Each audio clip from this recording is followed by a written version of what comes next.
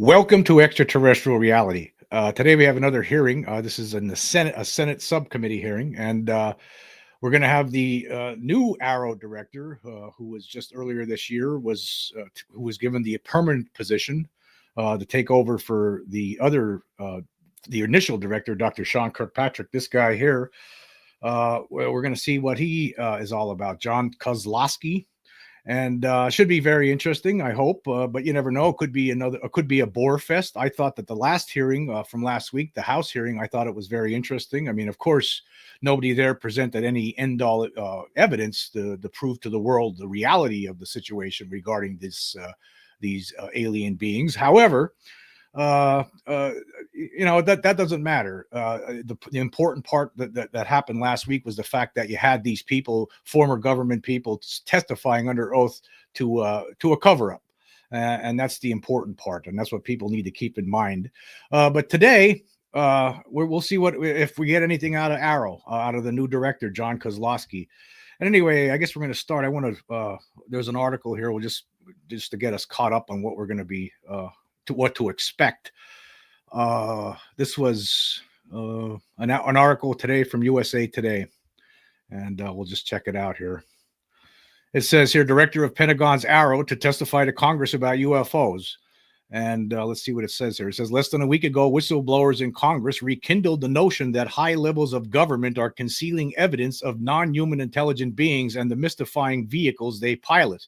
Now, the leader of the Pentagon's Office to Investigate UFOs is set to provide congressional testimony of his own. That agency, the All-Domain Anomaly Resolution Office, came under heavy fire last Wednesday when a quartet of witnesses appeared before a House committee for its latest foray into the topic of UFOs. Many sightings AARO has historically investigated are reported by military fighter pilots, some of whom have captured footage on jets, cockpit gun cameras of unidentified anomalous phenomena, or UAP.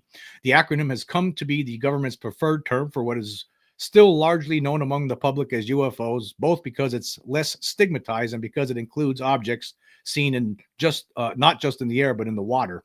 But despite the Pentagon's recent show of transparency, some of those who spoke out last week lambasted the military and intelligence agencies for what they see as unnecessary and even dangerous secrecy shrouding what is known about UAP. The hearing was rife with both criticisms of AARO's March UFO report, as well as accusations that the agency engages in disinformation campaigns to discredit sightings and those in the military who report them. On the heels of that hearing, Jon Kosloski, the newly appointed director of AARO, will testify Tuesday before a Senate subcommittee. And supposed to be starting at 4:30, so we got a little bit of time here. Also, what does it say here? It says information on the nature of the hearing is vague, indicating only that Senate subcommittee members will receive testimony on the activities of AARO. Speaking of that, I just want to point out, too, that right now they're in a secret meeting, closed hearing from the public, because whatever they're talking about, we people in the public are too stupid to hear it. Either that or it has to deal with objects flying over our military installations sent by China and Russia and who else, who God knows who else. So that should be it should be interesting to say the least. And I'm interested to see this new guy. I haven't really seen this guy talking yet about this stuff. But let's. I'm going to actually share a different screen here. There's a bio on the AARO page about this guy, and I guess we'll check that out here. Oh, yes. Here we go. Jon Kosloski, Dr. Jon T. Kosloski. Dr. Jon T. Kosloski serves as the director of the All-Domain Anomaly Resolution Office. Prior to that, he held technical and leadership positions within the Research Directorate of the National Security Agency. In that capacity, he led advanced mission-oriented research in the fields of networking and computing, and served as a subject matter expert in the area of free space optics, advising various Department of Defense agencies. In addition to his optics research and crypto mathematics, Dr. Kosloski invented an advanced language-agnostic search engine and served at the Department of Defense Special Communications Enterprise Office. Dr. Kosloski received bachelor's degrees in mathematics and physics from California State University, San Bernardino, and a PhD in electrical engineering from Johns Hopkins University. The focus of his doctoral research was the invention of novel devices that leverage principles from quantum optics to receive very weak phased encoded signals. After completing the theoretical analysis of 2 new optical receiver designs, Kosloski worked with scientists from the National Institute of Standards and Technology to demonstrate the abilities of his designs to achieve record sensitivities. Dr. Kosloski is also a graduate from NSA's cryptanalysis development program. So obviously this guy is he's a smart person, obviously, but let's see if does he have the same sort of attitude as Dr. Sean Kirkpatrick had? That's what remains to be seen. Is he going to be is he going to be hostile to people who are government and former government officials who are claiming there is a cover-up, that there is reverse engineering and crash retrieval programs? Is he going to be hostile to all of those assertions, to those allegations, or is he going to be someone who's going to be open-minded to it? I don't know. Again, this person, the person that they put in charge is actually appointed by the Department of Defense. And as we know, the Department of Defense doesn't want the world to know about this reality. We just recently had someone from the Pentagon during a press conference stating again that they have no proof of this. Although a lot of people out in the public know that they're lying at this point, based on some of the stuff we've been talking about here on this podcast over the past 7 months plus. So, yeah, I don't know. Now here, Keston Ott Dahl says, do we expect any transparency today? I really don't know. All I could tell you is this, is at the very moment, they are in a closed hearing. It's starting off in a closed hearing where the public is not allowed to hear what they're talking about. So I don't know what they're going to be able to say publicly about this today, but we'll find out. We're going to find out at 4:30. And it should be very interesting. But before we get there, I just want to, let's see here. I'm going to talk about some of the comments I received for my most recent episode from yesterday. And here, let me present the screen here, a different screen. Here we go. Okay, yeah, we'll start with, okay, these are some of the YouTube comments that I received for the episode yesterday. Of course, this episode was, what was this episode called? This was the one with the Oompa Loompa creatures, as well as the 1973 case on the Isle of Wight. And let's see, Mr. Jumps says, great job tackling historical cases. Ufology is more than just the bureaucracy that we deal with. Yes, it is. It's important to keep talking about these old cases because they're very interesting, and they are, there's so many of them. I mean, that's the whole thing about it. I mean, there's just so many of them. It just doesn't end. There's an endless stream of old stories to talk about. I've covered a lot of them on here. I mean, you listen to other podcasts like Preston Dennett's weekly show. I mean, that guy goes over dozens of them all the time, and they're so interesting. And after you hear so many stories and the people involved in all these stories, it becomes, undeniable. I mean, even if we didn't have the proof that we have now that shows for a guaranteed 100% fact, right, that we're not alone, right, that I've been presenting on this show, you would still have to come to that conclusion based on all these other stories. There are just too many stories to just, pretend there's nothing to it. Mr. Jumps also said, hello, and I am all colors, Sam. Yeah, that was something that this thing said, this clown-like creature said to the little kids. Zeramoke says, this is very well known in the UK. It's very creepy, and the 1970s style clown could be the children's mind interpretation or construct of the creature that has happened many times before. Yes, it could have been, who knows, could have been a screen memory. We just don't know. There's just not a lot of details on it other than the research that was conducted in the 1970s by BUFORA, the British UFO Research Association. So that's all we really have on it, and we don't know who those people were, those kids. We don't even know if they're still around. It'd be interesting to talk to them for sure. David Kura, I can't pronounce your name here, David. David Kurwanerl says, Oompa Loompa degenerates banging in the zucchini patch. LMAO. Yeah, that story was very funny. That's the reason I wanted to talk about that story. I mean, it was twofold. One of the reasons is because it just, I just thought it was a phony story. I mean, obviously a bunch of people create accounts, and then all of a sudden they're all posting about the same thing. So it looked like it could have been one person posting the just trying to make something out of a fantasy story that he dreamed up. But the other part about it was actually hilarious, and that's one of the reasons I wanted to talk about it, because I did appreciate that part of it. But some people are actually do believe it. I mean, I don't know. Well, I guess I don't believe it, but hey, but we'll find out over time. Maybe there is something to it, and I'm being I'm deluding myself here. Who knows? So Sal Manuel says this Oompa Loompa encounter has us venturing into beyond creepy territory. Yes, it is. It was a creepy story. Zamora saw Oompa Loompa like aliens by a tic tac shaped craft. Look back into his descriptions from his case. That was from Adam Miller. He saw small creatures, but I don't remember anything about Oompa Loompas being mentioned. I don't remember that one. No, I don't remember that one. Okay, what else we got here? Lee Chelik says, I just checked out that Reddit post. The comments are hilarious. Yes, it was worth checking it out. It was definitely worth checking it out. Spectoral on Spotify says, I do believe this particular one is a vagrant, commonly known as an incel creeper. He's talking about the clown story. I don't know about that. Yeah, I guess it could have been. It could have been somebody dressed up. But what was weird about that story was the way this thing acted, and it was the way it carried itself, the way it was hopping around, and the fact that there were two guys working on a telephone pole and just acted like there was nothing there, which I thought was very weird. Utah John says, only recently have I come to believe that the clown image originates from a phenomena. They show up as a ayahuasca jester machine elves. I am currently reading The Nephilim Looked Like Clowns by Paul Stobbs. This book correlates clown appearance to the biblical Nephilim. If I'm pronouncing that correctly, I don't know. I do not know.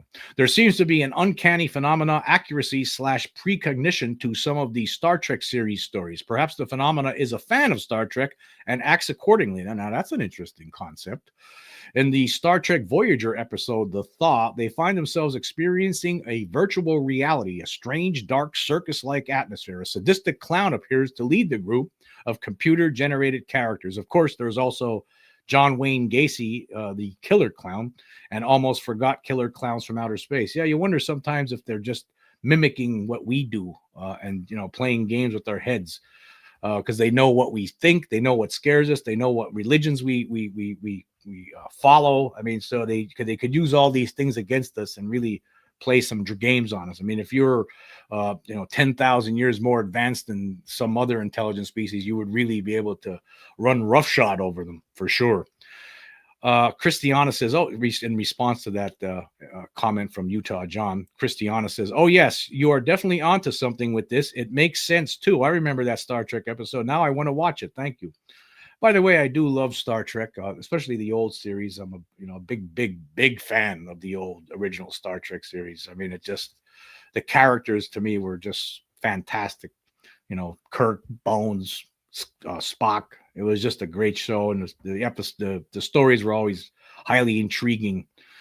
Yeah, it's just it lasted three years only, 3 seasons back in the 60s. Of course, things turned around as it went into syndication, and it became more popular over time. And then they made the movies, and here we are today. How many? I don't even know how many. I've lost count on how many series there have been with regard to Star Trek, and there's a great number of movies at this point too. Colleen Ross says, I can imagine clearly some CIA jerk dressing up like that just to make the claim that much more absurd. I don't know about that one, but hey, you never know. I don't know about CIA over on the Isle of Wight, but you never know. And Mr. Ben Manning says, the Oompa Loompa story had me laughing. Appreciate your honesty and open appraisals of what is out there. And this one did make me chuckle. Yes, it was very amusing, I must say. And Christiana responded to that saying, I'm laughing so hard, I'm about sick. And the way Jim says it makes it so much funnier. I don't know if it's true or not, but it's very funny. The drawing, yes, of course, absolutely ridiculous drawing. Yeah. I mean, you got to give whoever came up with it, you got to give them credit on it. I mean, it is funny. I can say that much. And Mr. Ben Manning responded saying to Christiana saying, as WW3 alien invasions and AI Armageddon looms, videos like Jim's keeps us sane. I think I shall watch it again for a much needed laugh therapy. I do try to bring some humor to the show sometimes, I really do, because, that's what life is all about. It's about trying to be happy, just trying to get through it with a smile and, Plus, it's also about disclosure. I want to know more about these things, and I'm sick of the government covering this stuff up. Okay, I'm just going to quick check here on something. Okay, we're still not there. Nothing is on the screen yet with regard to. Hold on a second. Okay, what's the next one we got here? Okay, Justin Barris says, or excuse me, I skipped one here. Cybora says he's talking about at 0.41 seconds into the video. Yeah, it's important for the community to use discernment about these stories because they could be purposely spread by debunkers given everything going on in Congress. I wouldn't be surprised anyway. So they could have a laugh in regards to the Oompa Loompa story. Yeah, that's the other thing. That's another reason why I did mention it, is because, here's what happens. Then debunkers use that against the UFO community. See, they'll say, see, these idiots will believe anything. And that's another reason to point it out, right when you see something like that, point it out and say that's fake. Where there's no evidence to back it up. It's just, nameless people with phony names on Reddit posting this stuff. And they all seem to post it around the same time from accounts that just got created. But yet still, seem like there were some people on Reddit who believed it automatically. Justin Burris says there have long been reports of apparent screen memories / images. The visitors seem to at times appear as either figures pulled from our memories or at least something less disconcerting than their own physical appearances. This seems to occur most often with children. Yeah, I mean, that's one of the things, screen memories that could account for that clown story, which I think that story I think is more likely, that leans on true for me. I think that one was something that happened because there were people that investigated it, and they walked away believing that the people telling the story were truthful. Birdie's Ghost says they can appear to us as whatever they want by using mind control. I've read accounts of them using it on soldiers to prevent them carrying out a crash retrieval on a downed craft. Yes, I agree. Yes, I think they could do that. I think they can. They do control our minds when it comes to this. Obviously, they have those abilities. BKSVDB says, thank you for tonight's informative and entertaining video. I always appreciate your originality and commentary. Well, thank you very much for that comment.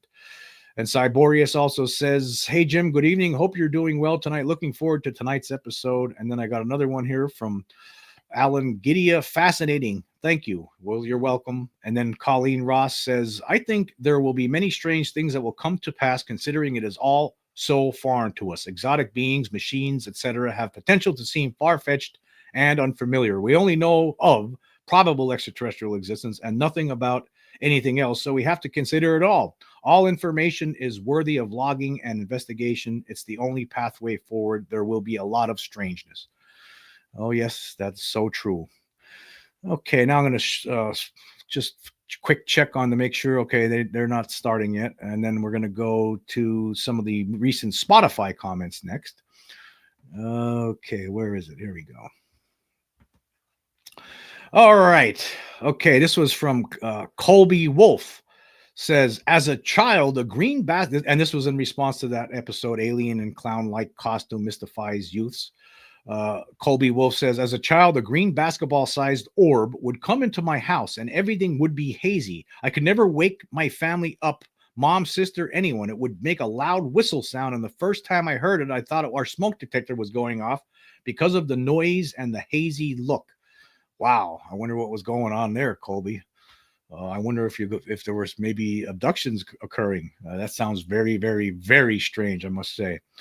Chad says, yesterday, a representative from the Pentagon told reporters there is no evidence of aliens or crafts. I immediately responded that she was lying because of your report sent directly to them. Yes, I did send a report to the Pentagon on June 11th detailing the Las Vegas alien incident. Never received a response from them, and I didn't expect to, but I wanted it to be on the record that something was actually emailed to the Department of Defense as well as to the Department of Energy. And I tried to set them straight about what we know out here in the public, because a lot of us out here know, not a lot, not too many, but there are some people who have been following this either on my podcast, or I'm sure that there's several other podcasts that have been that talk about this case. But I have presented evidence on here. I have the testimony from and the research from Scott Roeder, the crime scene reconstruction expert. And this is what this is if they want to present, if anybody wants to present proof to Congress or to the Senate or to the House, to a House committee, right? If they want to show proof to people, representatives from the Department of Defense, that's what they should be doing. They should lay all that out and then question the Pentagon about it. Say, don't you know anything about this? I mean, they're going to have to say something. They're going to have to respond. I mean, when you actually have the end all proof that shows without a doubt that there are alien creatures here, that video and all the totality of all the evidence associated with it shows that there's no question about it, that we're not alone.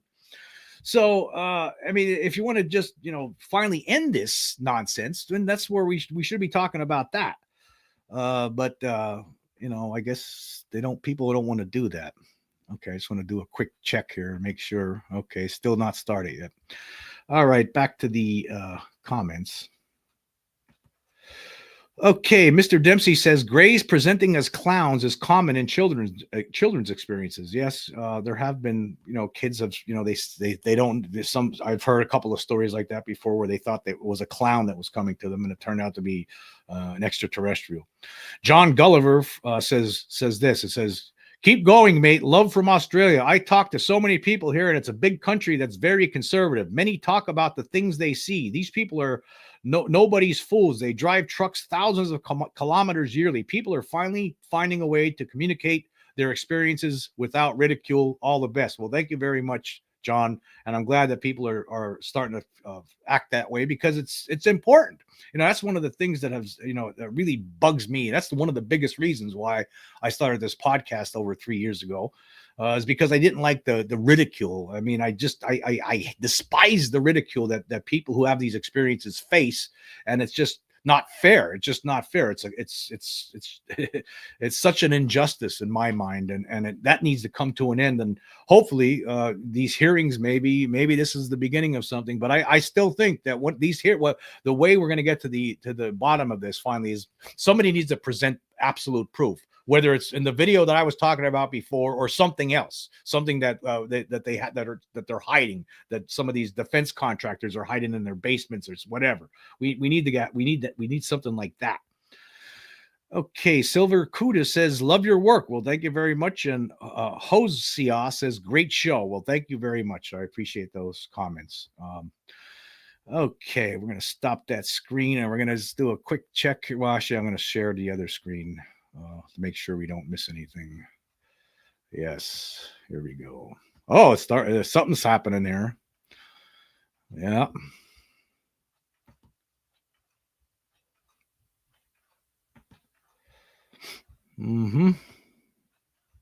Let's see here.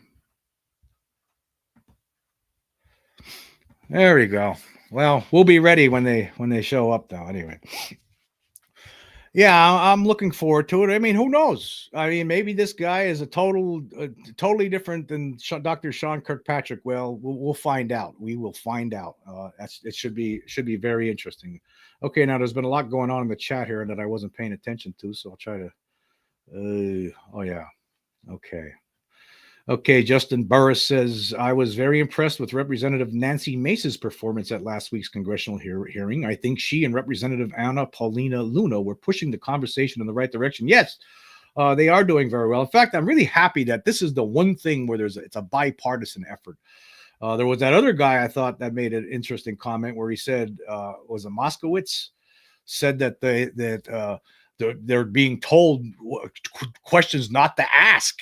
I mean, what the hell's with that? Don't ask these questions. Whatever you do, don't put us on the spot with this question. I'd like to know what those questions were. Let's see. And Randy also says Preston's show is amazing. Yes, Preston Dennett. I love his show. I've had him on here a couple of times. The last time I was to talk about his latest book, and very entertaining. I mean, he just he just has he's done so much research over the years, and he has so many different great different stories to tell from throughout the decades, and it's always fantastic. Usually what I'll do, like on a late Friday night or sometime over the weekend, I'll listen to his whole show. I'll just sit there and relax and just either listen to it or watch it. Always love his shows. A lot of people, I mean, I don't know anybody in the UFO community who couldn't like Preston Dennett shows. It's fantastic stuff. And he also says, Randy also says, highly educational. Yes, it is. It's very educational. And, and actually a lot of times you'll be listening to the Preston Dennett show, and then I'll find myself going on the internet to find out more information about some of the cases that he's talking about, or picking up a book and paging through a book. Some of so I have some of his books. I don't have all of his books. He has well over 50 books at this point. I have some of his books, but not all of them. But yeah, it's always good stuff. Randy McKernan also says exhibitionist ETs must be a thing. Don't know of any species that don't have them. Tim G Star says, yes, same here. The original Star Trek was the best. Yes, it was. Yep. And so Randy agrees. He says the original Star Trek series had so many great observations of human beliefs and behaviors. Yes, it never aged. I mean, it still stands strong today. That show, and I think also the original Twilight Zone series from the late 50s into the early 60s was excellent. They're two of my favorite TV shows, along with the original Fugitive. If you ever watched that show, that was really interesting too. Let's see. Tim G Star says he also likes the old black and white Doctor Who's. I like those shows too, but unfortunately, a lot of those episodes are missing. They just apparently the British just got rid of the BBC just destroyed all those tapes, thinking that nobody would be interested in the future, and that's such a shame. But yeah, I do like the old Doctor Who's. They had interesting stories. The Saiwan Turtle says the Mage 2020 incident is very interesting. The Mage 2020 incident. I don't know if I'm familiar with that one, or either that or it's just slipping my mind at this point. Excuse me, I need a drink.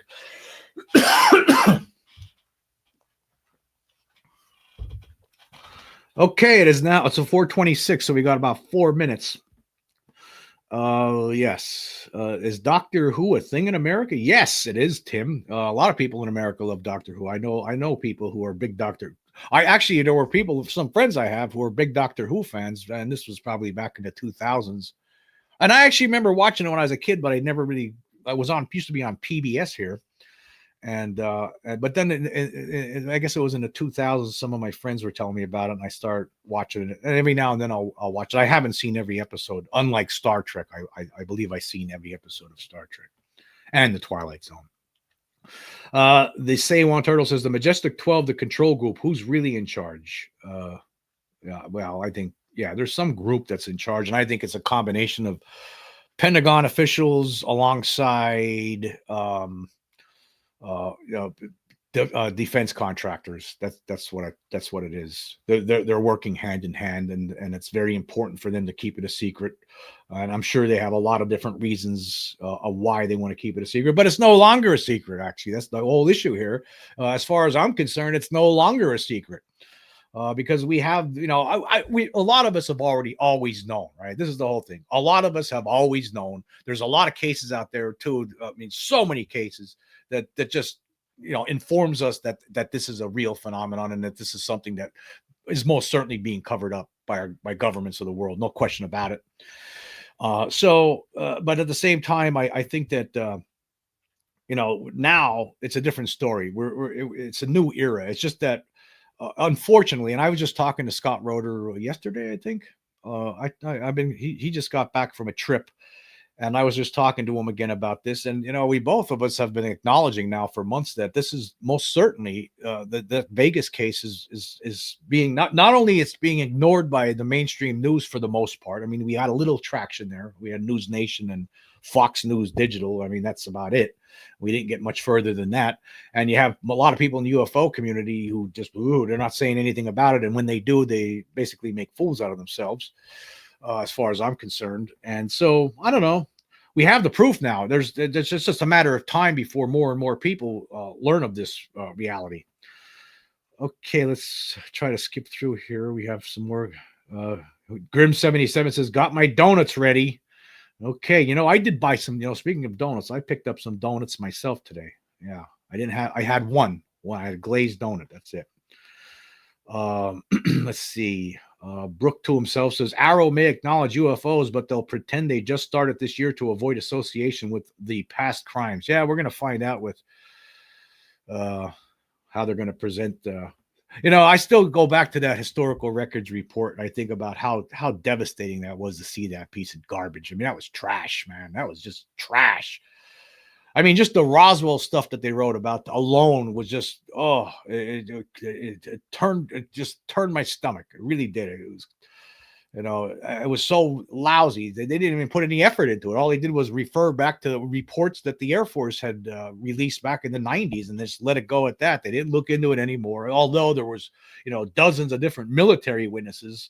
They didn't do any. It was just bogus. It was bogus. And then that Kirkpatrick with the audacity to go on that disinformation tour and say things like basically say the people who are in the Pentagon who are interested in this subject are in a cult. Well, actually, no, that's not the case. The cult is that the people who I'll tell you who the cult is, right? For one thing, there is no cult in the government when it comes to this, right? There's people who know and they want to tell the truth, and there's people who know who don't want to tell the truth. It has nothing to do with a cult. The only cult that I see in this whole UFO situation is the debunkers out there, the ones who are just continue to acknowledge this reality. I mean, I see Mick West is still out there all the time.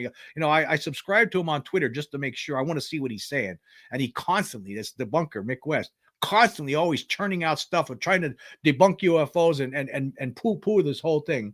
And when we know we have the proof now, it's like just an outright open lie. It's just terrible. Let's see what else. Okay, where are we at here? It's 4:31. What's going on here with this? What's happening? Where's the action at? We want some action here. Or they're still in that closed meeting, I guess. Brooke to himself says, all UFOs have to do is make them balloon shaped and we'll ignore them for 80 years more. Yeah. Colleen Ross says, oh man, I missed the beginning. Shoot. Hey, y'all. Well, you just had me pontificating for the most part, Colleen. That's all it was. That's all it was. Just me and my blabbing away. Let's see. Tim G Star says, I love how passionate Jim is on this subject. Yes, thank you. And I am, as you could clearly see, or I wouldn't be doing what I'm doing, I guess. I'm passionate because I want to see this come to some sort of end during my lifetime. I want to see governments finally acknowledging the reality. That's where I'm at with this. Let's see. Brooke to himself says he got the UFO bug like many of us. Yes, all of us here have the UFO bug. Yes, we all have it. Brooke to himself says, I got it, but I never saw anything. Yeah, some people, you don't have to see anything. I know people who haven't seen anything, but at the same time, they know it's real. I mean, a lot of the best researchers out there haven't seen anything, but they know. Richard Dolan, he thinks he might have saw something one time, but he's not sure. But he didn't really have any sort of experience like some of us have, like I had. I mean, when you have those kind of experiences, you know for a fact, right? And it changes you.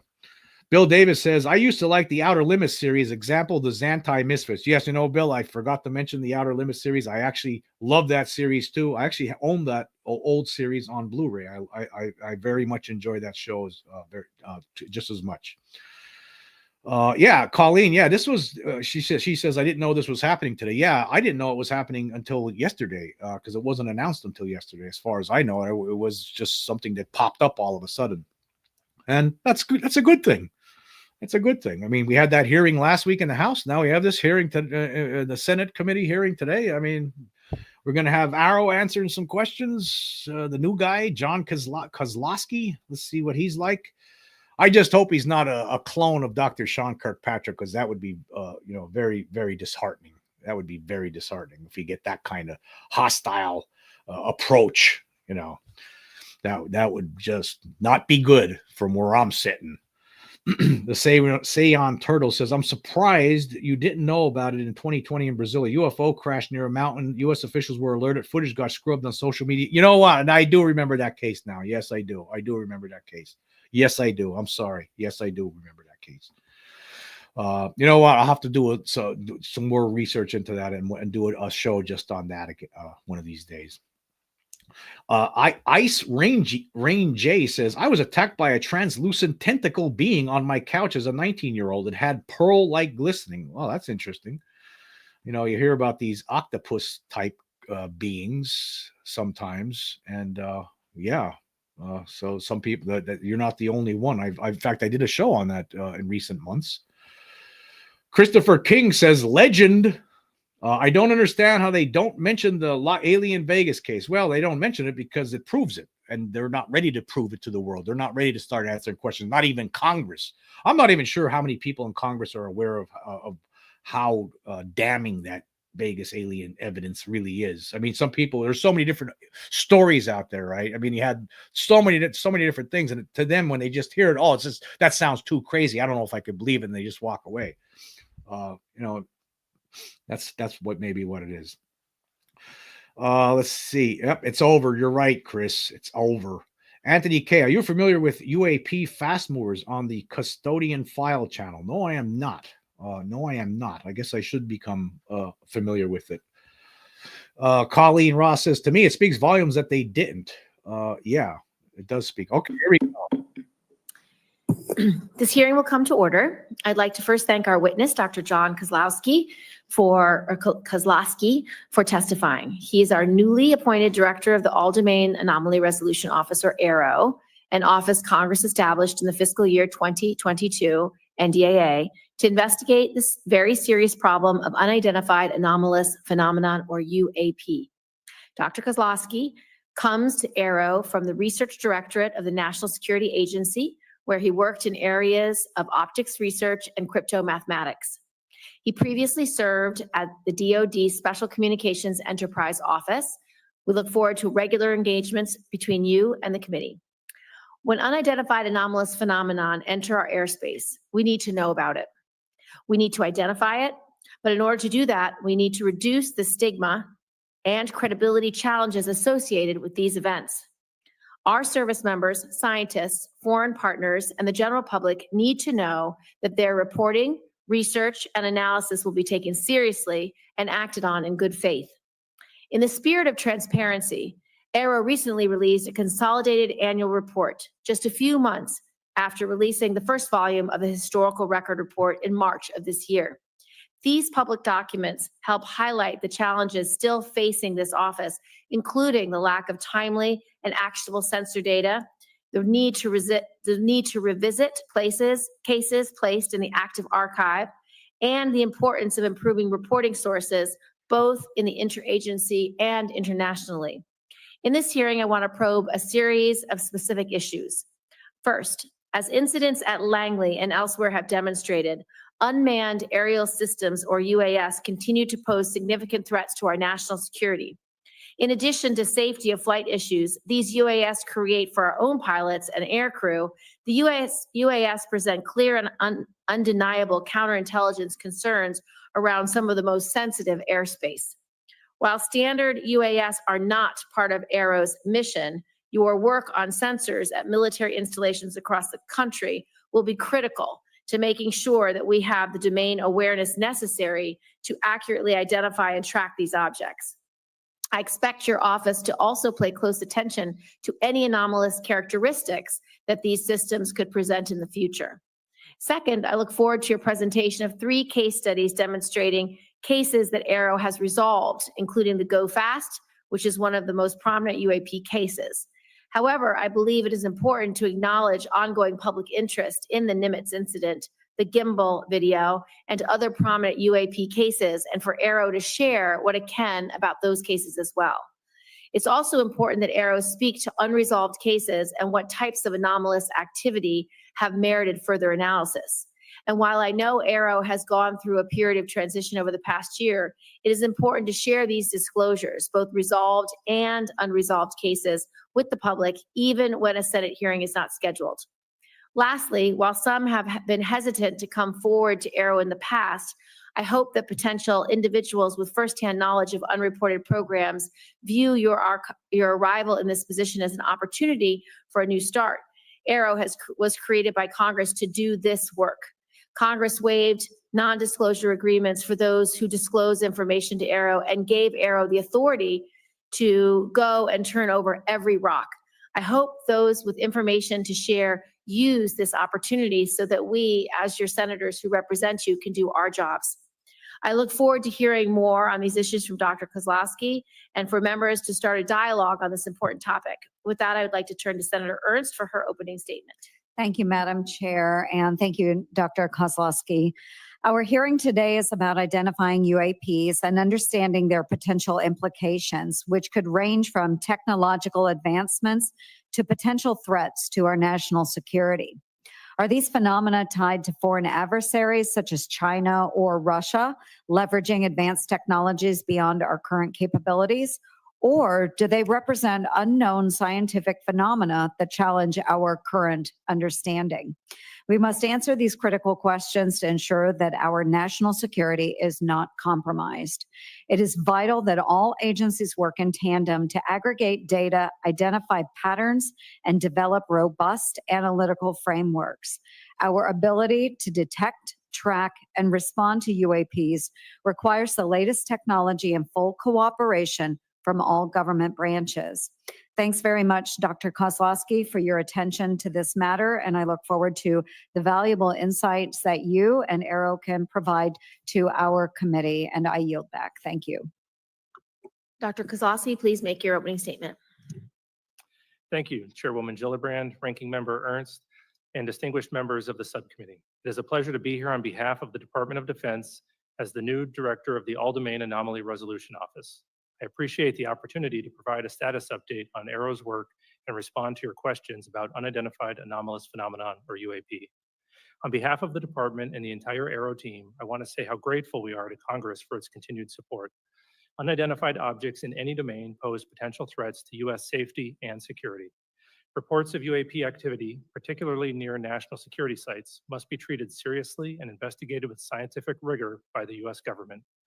By way of introduction, I'm Jon Kosloski. I'm a researcher at my core with an academic background in mathematics, physics, and engineering. I've spent most of my career at the National Security Agency, leading advanced research in the areas of optics, computing, and cryptomathematics. By nature, I am drawn to tough scientific problems, which is what brought me to AARO and the UAP mission. Since I arrived at AARO in August, I've been impressed by the breadth and depth of my team's experience and the framework they've established to rigorously analyze UAP reports. AARO has taken meaningful steps to improve data collection and retention, bolster sensor development, effectively triage UAP reports, and reduce the stigma of reporting UAP events. Last year, AARO worked with the DoD's Joint Staff to issue guidance to defense personnel worldwide on how to report UAP observations and is working with the military services regarding implementation. AARO has also launched a public website that features UAP imagery, case resolutions, material analysis, archival records, and more. These are only a few examples of AARO's recent progress, and we're just getting started. To date, AARO has over 1,600 UAP reports in its holdings from across the US government. I'll share a slide in just a few minutes with updated UAP analytic trends. You'll see that many reports resolve the commonplace objects like birds, balloons, and unmanned systems, while others lack sufficient data for comprehensive analysis. Although only a small percentage of reports received by AARO are potentially anomalous, these are the cases that require significant time, resources, and a focused scientific inquiry by AARO and its network of partners.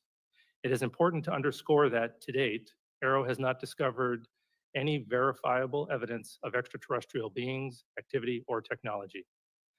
To accomplish AARO's national security mission, I have set 3 priorities for the office: building strong partnerships, promoting transparency, and scaling up the work of the office. AARO cannot do its work alone. Building partnerships across government, academia, industry, and with the public is essential to the success of the office. Strong cooperation with the military services is particularly important. We rely on their support to implement our reporting guidance and to amplify the message that there should be zero stigma associated with UAP reporting. We also rely on partnerships with the national labs, the Office of the Director of National Intelligence, FBI, Department of Homeland Security, NASA, all of which play a role in the whole of government effort to address UAP. Recognizing the talent and expertise that reside outside of the government, AARO will continue to explore new ways to partner with the academic and scientific communities to investigate its most complex UAP cases. A related priority for AARO is transparency. Our ability to collaborate with key partners, including the scientific community and the public, relies on information sharing. to include downgrading and declassifying UAP-related information. In some cases, it may be unclear to the public why the DoD classified a piece of information in the first place. Why are photos of seemingly benign objects such as balloons classified? It's often the case that an object or phenomenon isn't itself a security concern, but the location, source, or method used to capture it is still sensitive.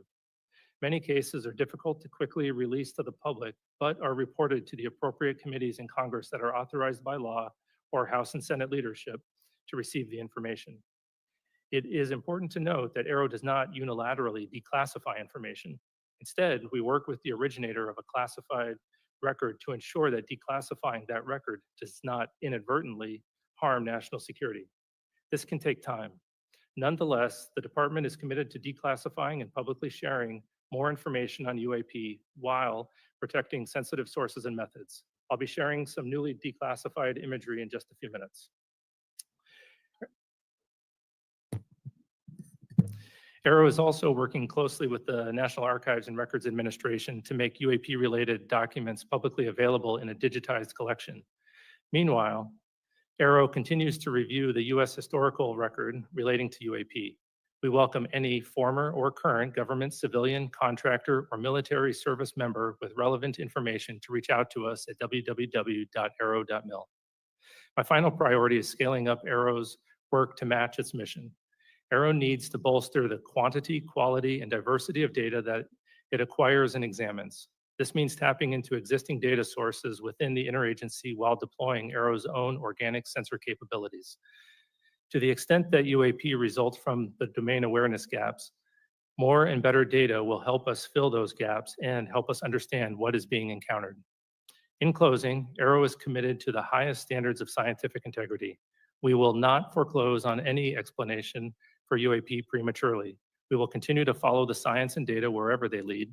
We will continue to have an open and frank dialogue with Congress in settings like these and in classified briefings. We will continue to keep you fully and currently informed of all UAP information, active or historical. And finally, we will share as much information as possible at the unclassified level to inform the public of AARO's activities and its findings. For now, I'd like to turn to a brief presentation of UAP trends and cases, and then I'd be happy to take questions.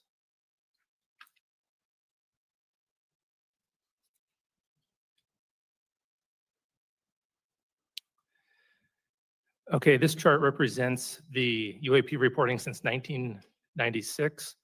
And as has previously been discussed by AARO, that sensor placement seems to have caused a bias in our data, both geographic and at altitude. And we're working to resolve that bias in 2025 or reduce that bias through broader engagements with the DoD as well as the IC and the rest of the government. Also by incorporating broader sensors into our data and through a public reporting mechanism that we hope to have live in mid-2025.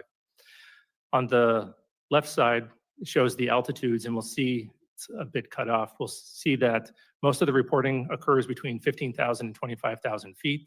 That happens to be where most of our sensors are. And the reporting above and below that is also often coming from those same platforms. In the center, we'll see that the resolved cases have the vast majority being balloons and UAS. We're seeing a great increase in satellites recently, particularly with the launch of mega satellite constellations such as Starlink, where the satellites are catching what is called satellite flares or glint off the sun just after sunset or just before sunrise. And on the rightmost, we'll see the morphology or the shapes that have been reported. The majority have been lights or orbs. We think that there's going to be an increase in the lights with the mega constellations, but our most interesting cases, some of which I'll discuss later, are actually the shapes such as the triangles or the cylinders. And at the bottom, we'll see the geographic bias that I mentioned before, where most of the reports historically had been near the government sites. This bias has been reduced recently by reporting from the FAA. We now get weekly reports from them. And great thank you to our aviators for making those reports. It helps our analysis quite a bit. Okay, a case that we thought would be a transmedium case, as it was reported, is well known on the outside, known as the Puerto Rico case, was data collected in 2013 when a Customs and Border Patrol aircraft observed an object flying near an airport in Puerto Rico. The green line in this diagram is the track that the airplane was taking, and those many crossed lines are the directions that the camera was facing at the time that the airplane was flying around the airport. And we'll watch the video in just a moment. The orange arrow in the center is where we assess that the UAP was actually flying, and transmedium means that it goes from one domain into another. In this case, it looks like it goes from the air into the water and then back into the air. We assessed that it was actually flying over the airport the entire time. And this video was taken with infrared, and what appears to be the transmedium part where it goes into the water is actually where the temperature of the water is equal to the temperature of the object, and the camera can no longer distinguish between the two. It's not that the object actually goes into the water. And so we assessed that the object, likely a pair of balloons or sky lanterns, was floating at about 7 knots over the airport and descending to about 200 meters. And this video will be released, and our report will be released later this year. The Go Fast was captured the public attention and congressional attention when it was made public in 2017. Looks like an object flying very fast over the water, very close to the water. Through a very careful geospatial intelligence analysis using trigonometry, we assess with high confidence that the object is not actually close to the water, but is rather closer to 13,000 feet. Diagram here shows as the platform is flying and capturing the object, if it is closer to the platform at a higher altitude, a trick of the eye called parallax makes it look like the object is moving much faster. And so we've written a detailed paper on parallax, released that on our website so that the public can literally check our math on this analysis. An interesting case, which I don't believe the public is familiar with, is captured in 2018 from a UAV flying in the Mediterranean, watching Mount Etna as it was erupting. And it appears that that object is flying through the plume of superheated gas and ash. This was a rather difficult case to resolve. We had to pull in support from a number of IC and S&T partners and even reach out to a volcanologist. And through very detailed 3D modeling and pixel by pixel analysis of the object as it's traversing across the clouds, they assessed that the object was actually 170 meters away from the plume and not flying through it. And to be clear, AARO does not believe every object is a bird, a balloon, or a UAV. We do have some very anomalous objects. It's just the nature of resolution. We can only resolve things that we understand. So we're now working on additional products where we can inform the public, Congress, and others of the objects as we're studying them, rather than once we've resolved them. With that, I'll take your questions. Thank you, Dr. Kosloski. I appreciate your testimony. It's been widely reported that individuals claiming firsthand knowledge of unreported UAP programs have been reluctant to engage with AARO. What message do you have for those individuals, and how will you work to gain their trust? I would let them know that Congress has gone out of its way to create the organization AARO specifically to conduct these sorts of investigations, and has uniquely empowered them to have access to all UAP related information, whether that's historic or current. Mm-hmm. And we take that responsibility and those authorities very seriously. And so we have been reaching out to a broader community, encouraging folks who had talked to AARO personnel in the past and maybe felt uncomfortable to come back to us. We've met with several of their interlocutors and a couple of firsthand witnesses, and we are making great progress. And those firsthand witnesses that we have talked to do feel comfortable coming back to us. Mm-hmm. And so we hope that more folks that do have information would go to www.aaro.mil, fill out the form, send it to us so we can bring them in for interviews and add their information to our investigations. Thank you. I recently just read your report from March, your historic report, and I would encourage anyone who's interested in this topic to read the report, because when I was asked by a reporter about it, they said, well, it doesn't show any evidence of secret programs that have aliens. that's not how I read the report. What I read the report is the U.S. government took sightings extremely seriously over the last 75 years, put some of the greatest minds ever to analyze these cases because they assess them as some deeply unknown phenomena that may or may not cause threats, that may or may not be related to adversaries, but are certainly something that the U.S. government needed to know about. And what I read from this report is that we resolved numbers of cases, but in almost every instance, whether it was in the 40s, the 50s, the 60s, the 70s, the 80s, the 90s, the noughts, half the cases were unresolved. So I don't think this is an example of the government not taking these cases seriously. I think this is an example of our government spending 75 years taking these cases very seriously. And interestingly, for the group that put together this report, they didn't have access to any firsthand reporting. And so from my perspective, for whistleblowers and people who want to come in, please come in, because the purpose of AARO is so that the senators can do our job to provide oversight, accountability, and transparency. We find it very concerning that our pilots, that our Navy officers, that people who have sightings of UAPs are denigrated, are somehow dismissed or disregarded. They need to be protected. This is a huge issue for national security because, number one, we don't have domain awareness, which is very problematic. Number two, we don't have domain superiority if we don't understand how different UAPs are flying, what technology they're using, what their mission is, what their purpose is. And at the base level, we have so many UAPs around our bases, around our military sites, around our nuclear sites, that it's deeply disturbing that adversaries at a minimum could be using these opportunities to spy, to glean intelligence that will harm our long-term national security. So I'm grateful that you're taking the whistleblowers very seriously. I'm grateful that AARO is trying its best to integrate the private sector, the public, into their work. Interestingly, in this hearing, we heard that the FAA is now working hand in glove, which is very helpful. We want this public-facing accessibility to be put in place by 2025 so that people can upload their videos, their data, their reports. I've met with people who have followed this issue for decades, and they have thousands of examples, thousands of pieces of data that ultimately I want uploaded into AARO so you can cross-reference historic information with current information, because this group at AARO are the best scientists that we can find anywhere, and they will do the work that's needed to be done. So I just want to thank you for that. And then with my last 42 seconds, can you tell us about any of the cases that merit further analysis by your IC and science and technology partners? What is it that makes these cases anomalous?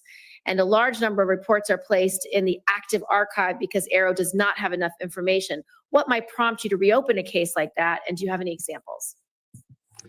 Sure. I'll start with the active archive case. So that is just the place where we put cases where we don't have enough scientific information to resolve them at that time, but we're always looking for opportunities to correlate them to new cases that come in as the new cases come in, as well as enrich those cases with additional data. We do have one example that I'm aware of where we were able to correlate a number of observations of interesting lights in the sky, and eventually we concluded that it was multiple people observing Starlink flares, just as an example. 3 cases that merit analysis that we're working on right now. One we might be in the process of resolving, but nonetheless is still interesting. The first one was brought to us by a law enforcement officer out west, where he observed a large orange orb floating several hundred feet above the ground a couple miles away. He went to investigate what was going on with that orb. And as he was pulling up to the location where he thought would be below the orb, about 40 to 60 meters away from some object the area was well lit, he saw a blacker than black object. He said it was about the size of a Prius, 4 to 6 feet wide. And as he got 40 to 60 meters away from the object, it tilted up about 45 degrees, and then it shot up vertically. He says 10 to 100 times faster than any drone he's ever seen before. And it did that without making a sound, as far as he could tell from inside of his vehicle.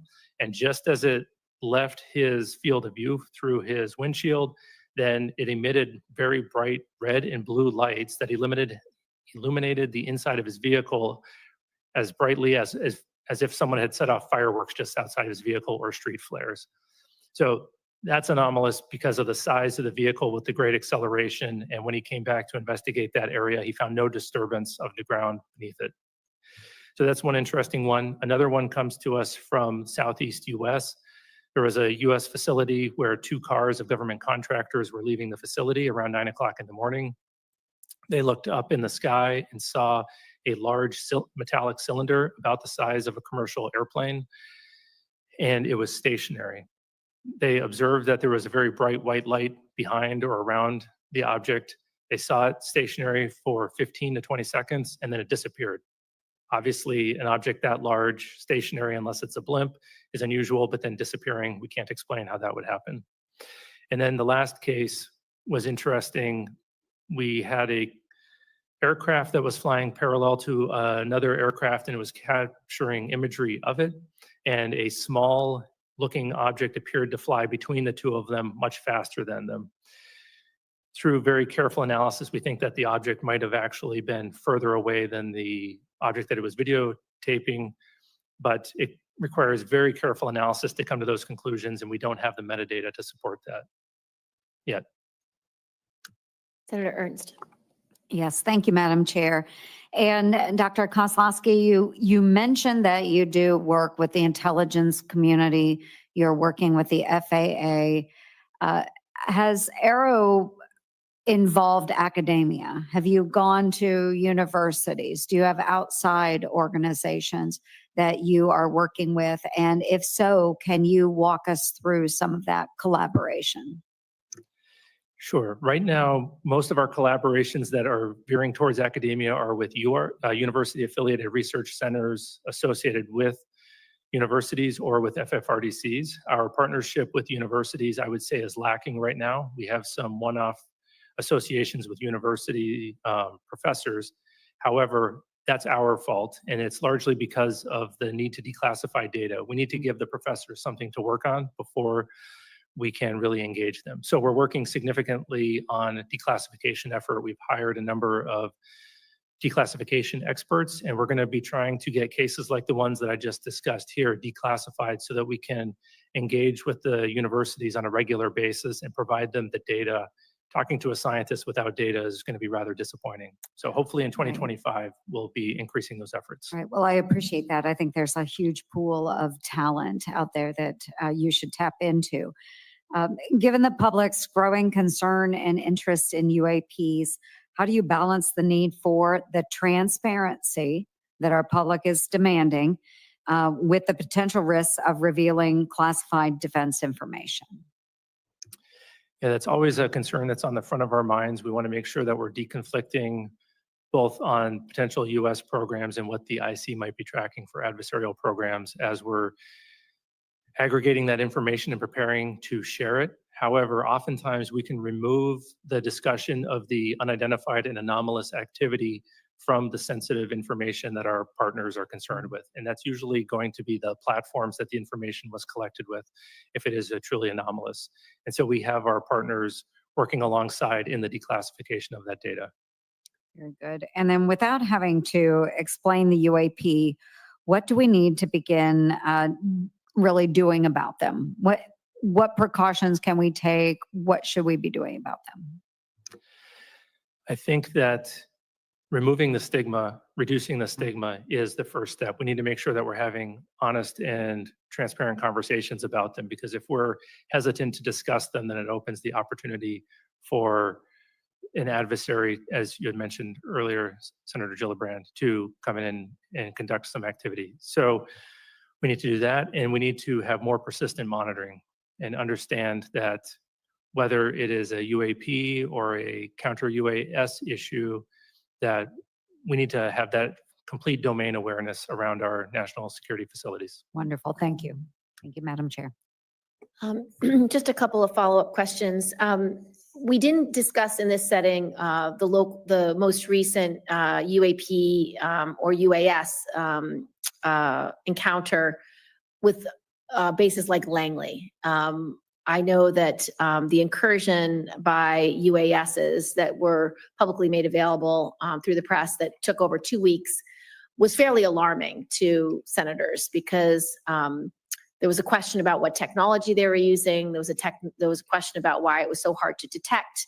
Can you speak to how AARO will be integrated into the review of these kinds of cases, and how you can be helpful to both the intelligence community and the Department of Defense in analyzing or being able to more quickly analyze what's knowable and what's not knowable, so that, because once you do identify it as a drone, for example, it then goes to the right department at DoD or the intelligence community to assess, deal with, or take down as the incident might be.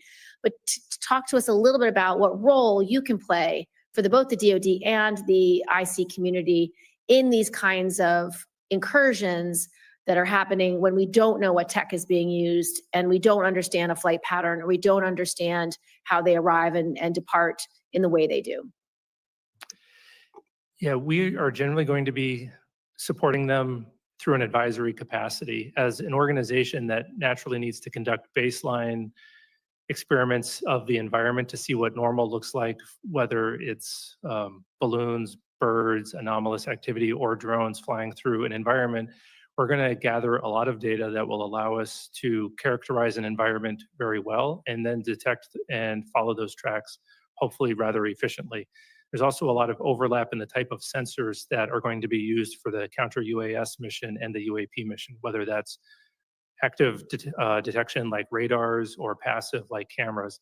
And so as AARO is trying to push the bounds on detectability for UAP, we're hopefully going to have best practices that we can also provide to the counter-UAS, and potentially we might have additional technologies that we can offer them to support. I'd like to just address a little bit of reporting and feedback. As you know, AARO is required to develop a mechanism for the public to report UAP information. Now that that mechanism for current and former military, civilian, and contractor personnel has been established, can you speak to AARO's plans for a public reporting mechanism, and how did AARO arrive at this approach, and were other options considered? And second, for pilots and operators who have reported a UAP, what feedback, if any, has AARO provided to these individuals related to what AARO is doing with their report and how the report has been resolved? How does such feedback or lack thereof impact the frequency of UAP reporting? Yeah, the public reporting mechanism that we've decided to go with is going to look similar to the reporting mechanism that we currently have for historical events, where we're going to ask folks to go to our website, download a PDF form, put in the narrative for their account, and then email that to us with accompanying media. Usually it'll probably be imagery. We went with that option because we thought, one, we could do it rather quickly, we could do it efficiently, make it very cost effective for the taxpayer, but also we think we can gather all the data that we're going to need to conduct our analysis. And then we're going to have that feed into an automated processing system that will cross-correlate that against all the other public reported cases as well as the US government cases. We did consider a number of other reporting mechanisms as to include automated online forms as well as cell phone apps. And we ultimately decided that this would be the safest, cheapest, and easiest to maintain in the future while protecting the private information of the individuals who are reporting. Regarding the feedback from the resolved reports, right now we don't have a good feedback mechanism. It's fairly informal. We're working on building a case management system that AARO will use at all classification levels, and hopefully in that we'll be able to provide feedback as the case is going through the resolution process. We have multiple phases. Then the folks who report that, whether it's a pilot at the classified level or someone potentially reporting through another mechanism, they'll get that automated feedback. And then it is not determined at this point yet how much information we'll be able to include in that feedback where it is in the process. It'll depend on the classification of the resolution of the case. My final question is there anything that you need to tell the Senate that you need from us, whether it's funding, whether it's support, whether it's legislation? Is there any requests that AARO has of us, or anything else you need to brief us on for us to be able to do our jobs to protect our service members, as well as integrate public interest and public data and information into the future analysis efforts of AARO? So first of all, I want to say thank you again I think that the authorities that we have are remarkable, and I think that we are well-resourced as an office. The only ask that I would have is that you continue to champion us, particularly with witnesses, encourage them to come forward and report to us so that we can have a more fulsome investigation of the potential historic or ongoing legacy programs. Thank you so much. Hearing adjourned. Well, there you have it. Yeah.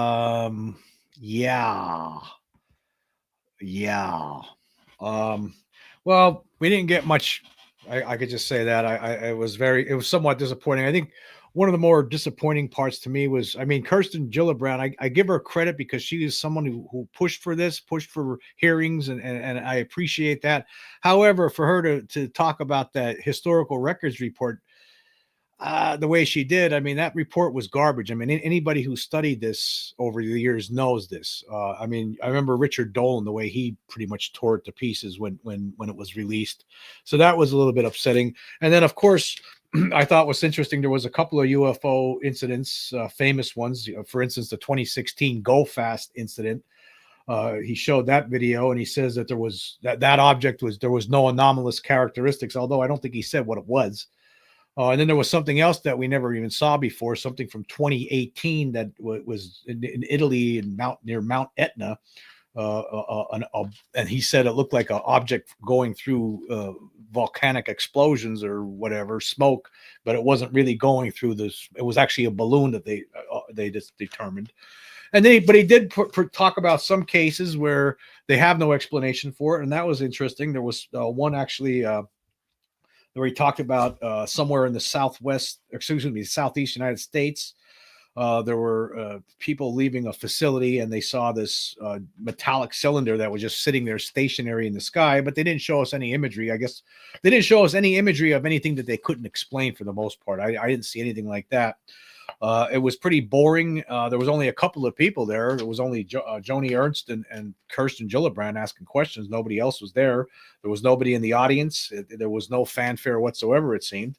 So we didn't really get much out of it. The guy, again, he seemed like a nice guy, but I mean, it was a dull presentation. There was nothing exciting there whatsoever. I really don't know what to say other than that.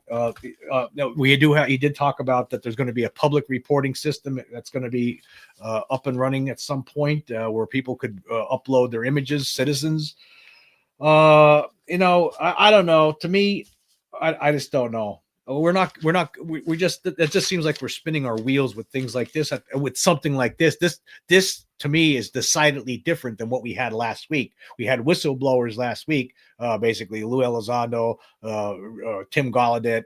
We had people like that testifying, and that was a different story. They're talking about that there are reverse engineering, crash retrieval, UAP cover-up, basically, that the government's not sharing what it knows about this with Congress for the most part, and the world doesn't know. But this here is AARO. Basically, this seems like a continuation somewhat of what Dr. Jon Kirkpatrick talked about. Basically, they're not telling us the truth. Still, you have somebody in this AARO group who was placed there. I mean, of course, AARO was something that was established by Congress. But you have a guy that's in the head of it, the director, similarly to Dr. Jon Kirkpatrick, who was chosen apparently by people in the Pentagon. And this guy does have a background working with the Department of Defense. So looks like we're gonna get more of the same, but maybe not not as hostile perhaps, and maybe just dull and boring kind of presentation like today. Yeah, this wasn't. There wasn't a lot of significant things here to really talk about, other than they tried to solve. There was something brought up. They did mention concerns about China and Russia and objects from perhaps craft that are coming from those places. They're man-made craft that are hovering over our installations and airspace, sensitive airspace. That was discussed, but it wasn't really something that they talked about a lot. It was just basically mentioned. To me, I don't know. It seems like there are whistleblowers that are still hesitant to trust AARO, and I could understand why. And because what are they? I mean, look what happened before with some of them. I mean, I don't know why. How could you trust it? Basically, the Department of Defense, which obviously is still not telling the truth to the public about this. That's the part that bothers me about this. It's like I'm sitting here watching this and listening to it, and yeah, it's interesting. We're having a discussion in the Senate, in a Senate subcommittee hearing, talking about UFOs, and then they're trying to figure out what some of them are, and they think that some of them they figured out, like they're saying that the go fast, they think it's something that wasn't anomalous, but they didn't really say what it was. And there was another one I can't remember. There was something else they talked about before. He talked about before that. But again, we don't get anywhere with this. I mean, basically, the truth is still being withheld from people, and we don't know that before this public hearing, they actually met privately in a closed hearing. We don't have no idea what was discussed there. I mean, it's like two different worlds. There's one world where everything is secret, and we don't know the level of secrecy still within those closed hearings. I mean, how much stuff are people in the Senate and in the House learning when they go to these closed meetings and they talk to people like the director of AARO, the new director, Jon Kosloski? Well, how do we know? Is it anything really significant? I mean, those hearings could just, for all we know, could deal with potential threats from other countries with regards to drones and stuff. We have no idea what they're talking about. But I still think that the one thing that bothered me, though, again, I just want to get back to this. I think it's important. Gillibrand talking about that historical records report. I mean, again, I applaud her for being one of the people who have been pushing this for the last couple of years. But at the same time, to say that it's people should read it, and it's a great document, and because it shows that we've been concerned about this for years. Yeah, but we're being lied to. I mean, if you looked at some of those what the explanations, for instance, again, to what they talked about with regard to Roswell in that historical records report, it was completely bogus. If she was more educated on this subject, I don't think she would be making a statement like that. Anybody who studies this, a lot, like I have, a lot of people out there in the UFO community who are very interested in this, read books, and they're educated. They have educated themselves on this. And if you're educated on this, you're not going to sit there and say that historical records report is great. So basically, that's what she was doing. So I don't agree with that one bit. And again, the presentation, we didn't get anything. There's no admittance to any alien technology whatsoever. Really wasn't even broached for the most part. It was they're just, oh yeah, we figured this out. This thing over this volcano was a balloon apparently, and so that's what we got. But to his credit, he did talk about some cases where they have no explanation. That sounded very intriguing. The cylinder one I thought was very intriguing. We don't have any video, I guess, for that. I don't know if they do have any video of that, and then even if they did, would they share it? I don't know. We're again, it's just, to me, I don't think we're ever going to get anything from AARO. To me, AARO is some version of Project Blue Book. It's just some dog and pony show just to appease the public. I actually made a statement similar to that before it even started. But I guess it is a fresh face that we're seeing as the head of this group. But I think it's going to be the same kind of results. And I think it's time to take things to a different level. Again, people in Congress need to be alerted to the proof that is out there, as far as I'm concerned. That's where we need to go. The other thing too, the politicians and these people who represent these groups, to me, I get this feeling of fakery. It's like they're acting. It's a big act. That's all it is. It's like, and it's bad acting. It's not even good acting. It's bad acting. I mean, that's what it seems like to me. And that's how I see them. There's nothing there that's exciting. There was nothing really exciting in this presentation today. Just nothing. I mean, I took some notes here, but there really there was nothing there. Again, it's to me, it's like boring and nothing there, and it's just spinning our wheels and just buying time. Let's kick the can down the road till the next hearing. Last week's hearing was a different story. Like I said, I thought last week's hearing, that meant something. We need more hearings like that. This AARO, I don't even know how to describe it. I mean, their mission is to, look into these cases, come up with potential explanations, mitigate any concerns that provide solutions on how to mitigate the occurrence of these things showing up over sensitive bases or insensitive airspace. But to me, at the same time, it's, I don't know. We just want to be told the truth, and I don't think we're going to get the what we're looking for in the UFO community. I don't think we're going to get it from this kind of stuff, from AARO, from the way this is designed. I mean, the Pentagon obviously doesn't want to, has no intention of telling the truth about this. They're just going to continue to lie, even though the evidence is out there for the public to see now, even though it's not being reported on like it should be.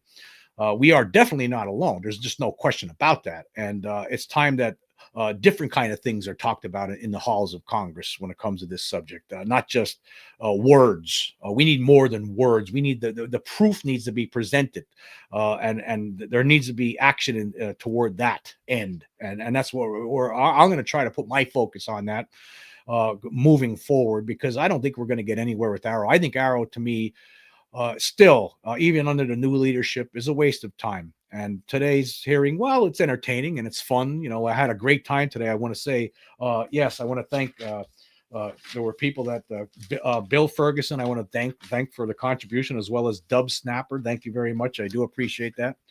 And I had a fun time in the chat stream here today during this whole thing. It was a lot of fun.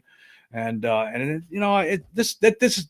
that was much what we were doing here in the chat and the discussion before it. That's more fun to me than what we just saw. I mean, we didn't get anything, and we got told, okay, to go fast. It's not anomalous. Don't worry about it. We didn't get much. Now there's some reports now that he was showing on there, and I'm sure we can go to the AARO website and look at them if we want to. And I'm sure after I'm done here with today's show, that's the first thing I'm going to do. I'm going to go there. I'm going to review those reports and see if there's anything there interesting to talk about, maybe in another upcoming show. Today's hearing was a totally different animal than last week's hearing. Last week's hearing meant something to me. It should mean something to everyone in the UFO community, because again, you have people testifying under oath that there's a cover-up and that the Pentagon knows that there's something here. Here today, we have the AARO saying, we found out resolutions to some of these cases. Here's some other interesting cases, but we have really nothing else to share with you. And that's all there is. And they're going to have a public reporting system in place pretty soon, and we'll see how that goes. I don't know. We'll see. We'll see how it's going to go. But anyway, I want to say this. I want to say thank you all for joining me today. It was a lot of fun. I really appreciate all the people that came and showed up in the chat and talked about this, and made it a lot more interesting. Let me tell you, I got to say it was a lot of fun. Yeah. Okay. Ryan here says, play devil's advocate for a moment, though. What if he was telling the truth? Well, I mean, for all we know, yeah, from his position, he might be telling the truth. As far as we know, that guy knows nothing. He's not allowed to know anything. It's beyond his, he's not allowed. He's not permitted. He doesn't have he's not it's classified for him, and he's not allowed to see it. So that's what it could be. That most certainly, he might not know anything. I think in the case of Dr. Sean Kirkpatrick, however, I think he does know a lot more than he was talking about. But this guy here, we don't know really what his I talked about his background before, but I mean, he might know nothing. You're right. I mean, that's possible, but it's not, and that makes, it's not really his fault then. It's right. It's just, he can only work with what he has and what he's given. And if they're not going to share, if the Department of Defense isn't going to share everything with him, and there's going to be things that are going to be kept from even Congress itself, then what's that guy? He's not going to be able to do his job properly. And this is what you're going to get. Yeah. Catkin says, did anyone notice his speech was the same as Kirkpatrick's word for word? I did not notice that. I'll have to do a side by side. I mean, it was similar. But we didn't get anywhere. We don't know. I just think this. Here's one thing for sure, right? I'm going to leave it at this. There's no question that there's still a cover up. We're not going to get anything from AARO, and for like I talked about in shows over the last couple of years here, AARO doesn't have the authorities needed to get that to get the data it needs to do its job properly. I believe that too. But and for all we know, this guy here, the new director, he's just not read in on the program, and he can't really comment beyond what he knows. So yeah, that's where we're at. I think again, am I happy that we at least have something like AARO? Yeah, because it gives us something to talk about. It gives us something to criticize, because obviously it's not working the way we would want it to work, the way it should work. I don't think we even should have. My feeling is this: is that we shouldn't even have to worry about something like AARO. The Pentagon should just come clean already. I mean, why? I mean, it's so obvious. I mean that there's a cover up. I mean, there's too many people. There's too many stories. There's too much information. We have whistleblowers testifying under oath. That means if they're lying, that means they can go to prison. So they wouldn't do that if they. That's what I'm talking about. They wouldn't do that, right? They would not lie under oath about things like this. Rush last year would not have told Congress the things that he told them, if it wasn't true. So, and on top of that, even before these people started stepping up, anyone who's done the research on this, right, knows there's a cover up. There's no doubt about it. You start with the Roswell case. You look at all the different people that were involved in that case, all the people that stepped forward over many decades, starting in 1978, to talk about that. It becomes undeniable. Obviously, the Air Force was covering something up. When in the 1990s, they came out with reports, bogus reports, talking about balloons and crash test dummies. I mean, it's all nonsense. And they've been lying about this, and they continue to lie about it. And I don't think I'm not sure if we're ever going to get the truth from the government when it comes to the classic cases like Roswell, which to me is very, very troubling, because that's a fascinating case, and I would like to know more. And probably we're never going to get it, because the government's too afraid to come clean when it comes to that.